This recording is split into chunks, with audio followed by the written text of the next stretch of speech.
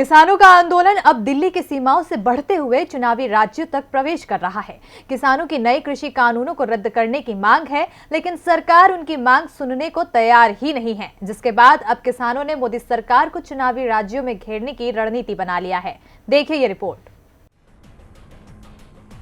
किसानों का आंदोलन करीब 107 दिनों से जारी है। सर्दियों से शुरू हुआ ये आंदोलन अब गर्मियों में प्रवेश कर चुका है।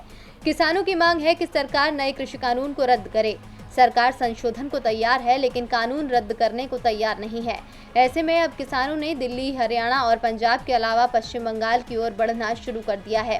देश के जिन 5 राज्यों में विधानसभा चुनाव होने हैं, उनमें राजनीतिक पार्टियों की सबसे ज्यादा नजर पश्चिम बंगाल पर है, जिसके चलते अब किसान पश्चिम बंगाल के किसानों को बीजेपी को वोट न करने के लिए समझा रहे हैं। जिसके चलते बीते दिन किसान नेता राकेश टिकैत नंदीग्राम पहुंचे।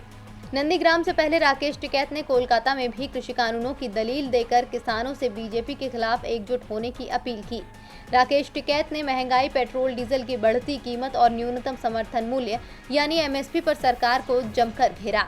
राकेश टिकैत ने नंदीग्राम में अपने संबोधन के दौरान कहा कि बीजेपी बरगलाती है, फंसाती है और फिर बुरे हाल में छोड़ देती है।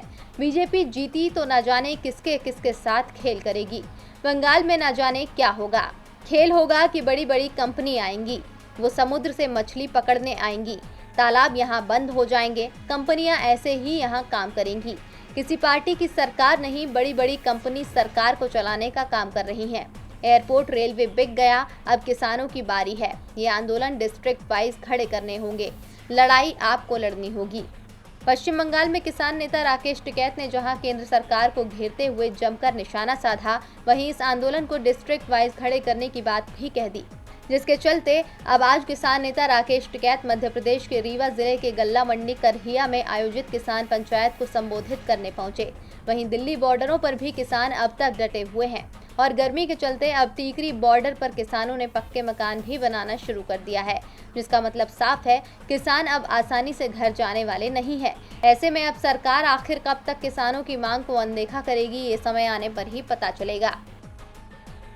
डीबी लाइव की रिपोर्ट।